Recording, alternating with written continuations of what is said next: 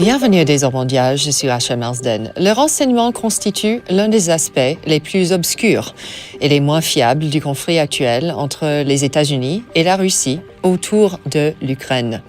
Même la collecte des informations les plus précises et les plus objectives possibles ne garantit pas de prévision juste.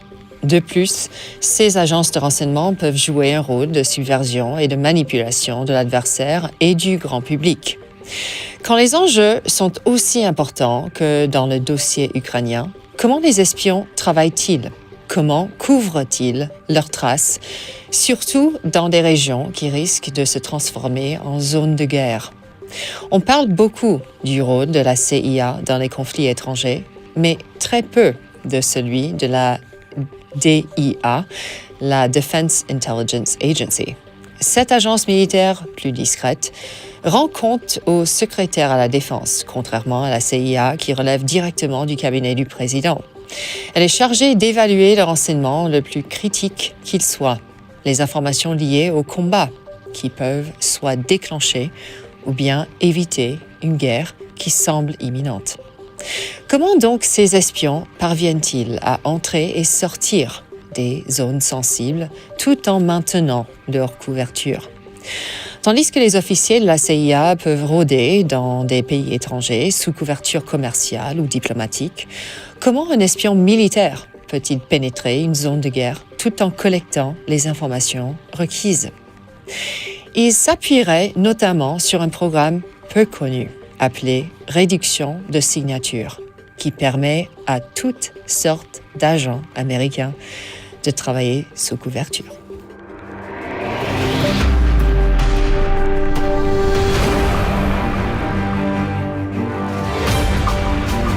Le Désordre mondial, présenté par Rachel Marsden. Avec moi aujourd'hui pour discuter de tout cela, Éric Denessé est directeur du Centre français de recherche sur le renseignement et l'auteur du livre La nouvelle guerre secrète aux éditions Mareuil. Bienvenue à l'émission, Éric. Bonjour. Bonjour. Alors, aujourd'hui, on va parler de signature reduction. C'est un terme anglais pour carrément réduction de signature. Mais définissons les termes premièrement. C'est quoi précisément signature reduction ou réduction de signature? Alors, ce programme qui a été mis en place, comme vous l'avez très bien expliqué en ouverture, non pas par la CIA, mais par le Pentagone, est la résultant d'une réflexion sur le fait que les opérations clandestines sont de plus en plus difficiles au XXIe siècle, parce que nous avons, lors de tous les passages de frontières, maintenant des passeports biométriques, tout le monde est enregistré dans les bases de données, tout le monde a laissé des traces sur Internet, donc ça devient de plus en plus difficile de créer une véritable identité clandestine, et finalement, il n'y a plus que deux solutions aujourd'hui. Soit on passe une frontière les mains dans les poches avec seulement de l'argent liquide, pas de carte bleue, pas d'ordinateur et on attire immédiatement l'attention, soit parce qu'on est un criminel, soit parce qu'on est un espion. Sinon, si on veut se comporter comme un individu normal, eh bien, il faut avoir un téléphone portable, une tablette, un ordinateur. Et ça veut dire qu'il faut créer des légendes électroniques en plus des légendes physiques. Donc, les Américains ont beaucoup réfléchi à ça. Alors, ce ne sont pas les seuls. C'est eux qui ont mis le plus de moyens sur ce dossier. Et leur but, c'est de dire, voilà, nous, dans leur logique impérialiste, nous voulons intervenir dans tous les pays du monde. Je rappelle que les forces américaines sont présentes dans 177 pays de la planète aujourd'hui sur 200. Et dans un certain nombre, ils interviennent de manière quasiment légale, puisque ce sont des théâtres de combat, donc les militaires peuvent entrer par des moyens militaires. Mais sinon, ils sont présents de manière illégale dans beaucoup d'autres pays, sans l'autorisation des États. Et donc, dans ce but, ils ont mis un énorme programme pour pouvoir passer les frontières sans se faire repérer et agir clandestinement sur des territoires adverses, alliés ou neutres, dans lesquels ils considèrent avoir des intérêts.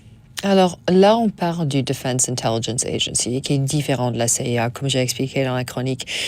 Pourquoi est-ce que la CIA n'utilise pas ces méthodes ou est-ce qu'il y a certains officiers ou agents de la CIA qui utilisent ces méthodes aussi? Alors si, la CIA, bien sûr, même si elle était un petit peu en retard par rapport au Pentagone, utilise aussi ces méthodes, c'est parce qu'il y a eu aussi une évolution de métier. Pendant toute la guerre froide, le renseignement clandestin a été fait bien sûr par la CIA et on travaillait généralement depuis les ambassades, c'est-à-dire qu'un officier traitant avait une couverture diplomatique, il travaillait en civil, en costume-cravate dans les rues de Berlin, de Budapest, de Moscou.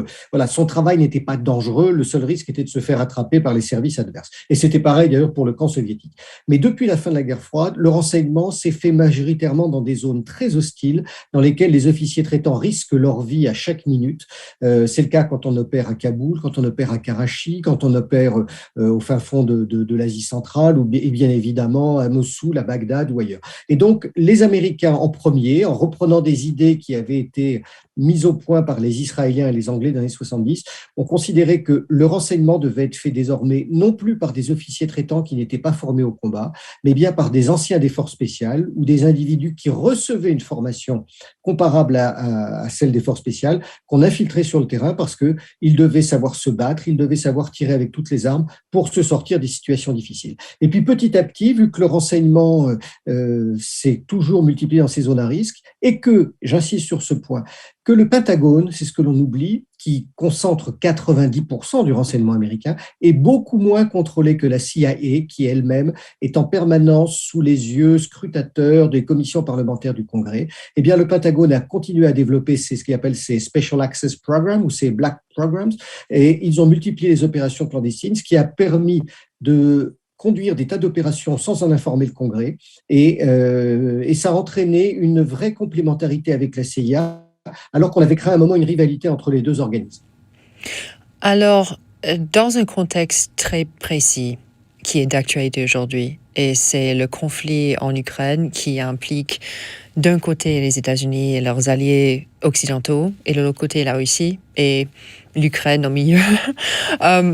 Est-ce qu'on pourrait identifier là où on trouve du signature reduction, là où on trouve les agents, les officiers de la Defense Intelligence Agency? Alors, bien sûr, je crois que ça ne fait aucun doute, même si on n'est pas capable de les identifier, aucun doute que donc les opérateurs des forces spéciales et des unités militaires clandestines sont aujourd'hui présentes en Ukraine. On nous parle bien sûr, entre guillemets, des petits hommes verts qui opèrent dans le Donbass et qui seraient des unités de l'armée russe, mais je crois qu'il ne faut pas avoir d'illusions. C'est la même chose en face, si ce n'est pire, avec cette particularité que l'Ukraine étant un État allié des États-Unis, les unités clandestines américaines n'ont pas besoin de faire de la dissimulation pour passer les frontières, puisqu'il leur suffit d'un vol de C-130 pour se poser à Kiev, et avec le soutien du SBU, des services ukrainiens, ils peuvent après se dissimuler en civil parmi la population, préparer ce qu'ils ont dit des réseaux de résistance dans le cas plus qu'hypothétique d'une invasion russe, et puis surtout ils peuvent encadrer et former l'armée ukrainienne et faire du renseignement de terrain. Donc ça, je crois que ça ne fait aucun doute, que ce soit les unités militaires clandestines, les sociétés militaires privées ou les agents de renseignement comme ceux de la CIA, les Américains sont extrêmement déployés aujourd'hui en Ukraine et dans les ex-pays de l'Est, mais ils n'utilisent pas la totalité du programme Signature Reduction puisqu'ils opèrent là dans des pays alliés. Signature Reduction est plutôt fait pour opérer dans les pays hostiles. Alors, qu'est-ce qui se passe si concrètement il y a un officier de la Defense Intelligence Agency qui veut partir au Pakistan ou, je sais pas, dans un endroit où il pourrait se faire repérer assez facilement? Comment est-ce que concrètement le programme de Signature Reduction pourrait cacher ses traces? Alors, ce programme est double finalement pour faire simple. Il y a d'un côté, une partie qui permet de passer les frontières en clandestin et de l'autre, il y a une partie qui permet de dissimuler les identités sur le territoire américain. Alors, comment passe-t-on aujourd'hui les frontières? Comment est-ce qu'on arrive à se jouer des passeports biométriques, des bases de données, des gardes-frontières? Eh bien, les Américains ont développé quelque chose qui dépasse finalement la fiction que sont les films de Mission Impossible. Ils ont beaucoup travaillé sur les masques et tout ce qui peut modifier le visage et l'apparence des individus, c'est-à-dire des véritables masques en latex qui vieillissent ou qui modifient l'aspect du visage de l'individu et qui résistent à à un passage de frontière et à un tête-à-tête avec un garde-frontière. Ils ont aussi réussi à créer des gants très très fins que l'on met par-dessus les mains et qui donnent des empreintes digitales différentes des vôtres et qui laissent même passer la transpiration à travers le masque comme si c'était de la véritable peau. Donc tout ça est très très avancé. Ils arrivent à faire grossir les gens, à les faire maigrir. Tout ça est extrêmement élaboré. Il y a eu énormément d'investissements et ça ne suffit pas. C'est-à-dire qu'en même temps, on sait très bien que les Américains mènent des cyberattaques pour pénétrer dans les bases de données des gardes-frontières ou de la police des pays dans lesquels ils veulent infiltrer un de leurs opérateurs. C'est-à-dire qu'ils vont créer un faux nom quelques jours avant que l'opérateur passe la frontière. Donc, quand il passera la frontière, la police vérifiera et trouvera bien ce nom dans cette base de données, mais ils l'effaceront quelques heures ou quelques minutes après pour ne pas laisser de traces. Donc ça, c'est vraiment quelques exemples de la R&D extrêmement poussée qu'a lancé le Pentagone à travers toute une série de programmes. Puis le deuxième aspect, c'est comment est-ce qu'on protège les opérateurs sur le territoire américain, parce que les Américains sont en la matière professionnelle et ils se sont dit, on sait d'abord que ceux qui cherchent à nous nuire, qu'ils soient chinois ou russes, pourraient repérer sur notre sol ces opérateurs-là et leur causer des problèmes, mais également, ils savent très bien que Daesh et Al-Qaïda ont été capables de voler des fichiers de noms de personnes travaillant dans le renseignement militaire ou les forces spéciales et sont même allés jusqu'à faire des pressions sur les familles. Donc, ils continuent de créer aujourd'hui des fausses identités pour ces opérateurs-là sur le territoire américain. Ils créent des boîtes aux lettres, ils payent leurs factures, ils ont créé une véritable infrastructure clandestine aux États-Unis pour protéger la vie de leurs opérateurs et puis aussi pour donner naissance à de vraies fausses personnes dont ils utiliseront l'identité lorsqu'ils voyageront à l'étranger. Alors, est-ce que ça c'est un département ou est-ce que c'est une coordination de plusieurs départements au sein de la CIA ou de la Defense Intelligence Agency? Alors tout ça, bien sûr, est très opaque et très complexe. Ce que l'on peut dire, c'est qu'on estime aujourd'hui que cette armée secrète du Pentagone, qui relève aussi bien, enfin donc qui réunit aussi bien des hommes du renseignement que des opérations spéciales, regroupe à peu près 60 000 hommes. Alors, ça intègre bien sûr tous ceux qui gèrent la logistique, qui sont bien sûr majoritaires dans ces énormes effectifs. 60 000 hommes, c'est plus de 20 fois les effectifs du service action de la CIA. Donc, c'est-à-dire que l'agence de l'anglais est vraiment un petit caillou dans la masse des blocs que représentent aujourd'hui les actions internationales de renseignement du Pentagone. Donc, 60 000 personnes, c'est quelque chose de très élevé. Mais alors, il y a bien sûr des dizaines d'organismes plus ou moins fictifs, plus ou moins réels, dont parfois ni le Congrès, ni les militaires, ni les membres du Pentagone ne connaissent l'existence. Il y a des dizaines d'entreprises privées qui travaillent également en soutien de cela. On estime que c'est un budget annuel de plus de 900 millions de dollars par an pour créer cette opacité et permettre aux Américains, en tout cas aux militaires et au Pentagone, de conduire leurs opérations clandestines en toute quiétude et sans être inquiétés par leurs adversaires. Alors, est-ce que ce sont des sociétés écrans?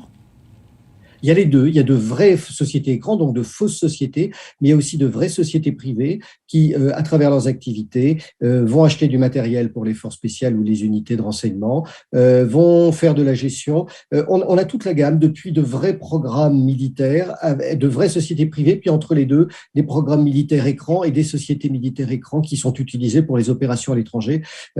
C'est encore une fois, quelque chose de très élaboré, de très bien pensé, il faut le reconnaître. Et c'est ce qui permet, bien sûr, au Pentagone et aux États-Unis de continuer à multiplier les actions vraiment dans des centaines de pays au monde. Et quand je dis des centaines de pays au monde, ça concerne aussi la France, parce qu'on sait très bien qu'ils interviennent dans nos propres banlieues en se passant des autorisations du gouvernement français, bien sûr, et sans l'en informer. Alors, si je vous comprends, il y a des espions américains qui opèrent dans les banlieues françaises avec l'autorisation du gouvernement français ou ils ne savent pas?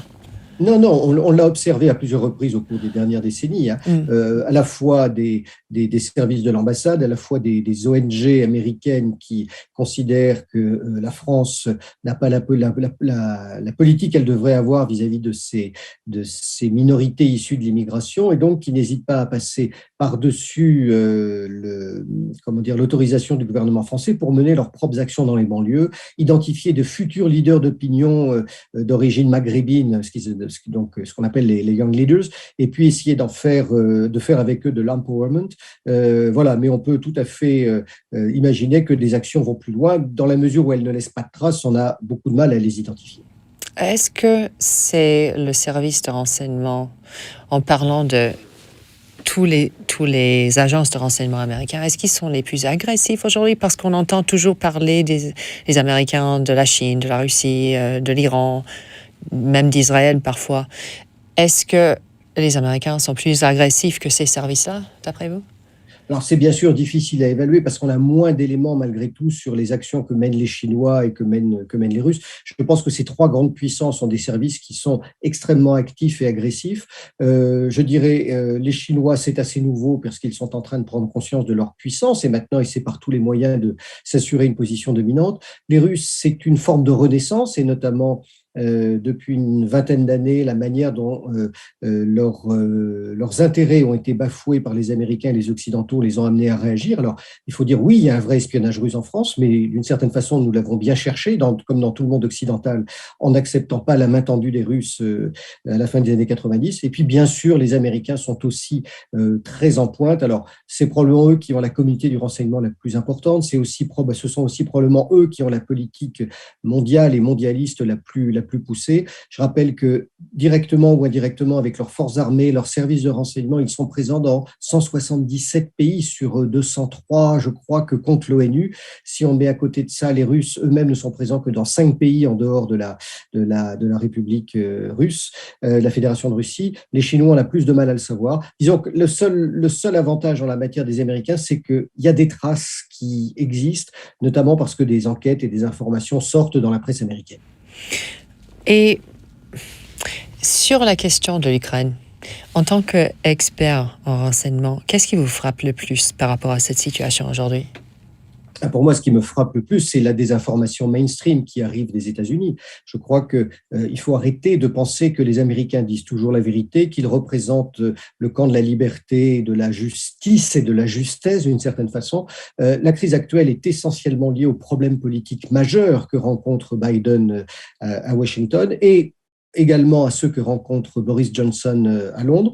Et donc, ces deux pays qui ont toujours été anti-russes et qui sont très bellicistes dans leur politique étrangère, ont aujourd'hui intérêt à faire diversion par rapport à leurs problèmes internes pour faire porter l'attention du public sur une grande crise internationale dans laquelle ils espèrent avoir gain de cause.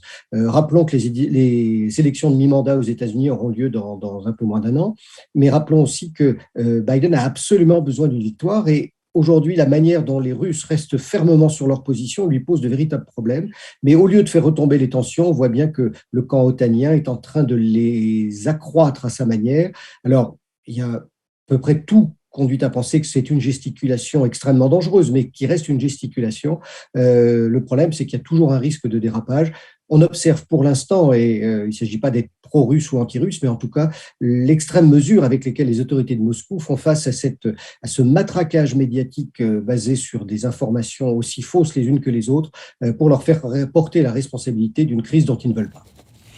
Éric Délaissé, directeur du Centre français de recherche sur le renseignement et l'auteur du livre La nouvelle guerre secrète chez Mareuil Éditions. Merci beaucoup pour votre temps aujourd'hui. Merci. Et merci à vous de nous avoir rejoints dans l'émission. Vous pouvez réécouter l'émission à tout moment sur desordremondial.com ou sputniknews.com.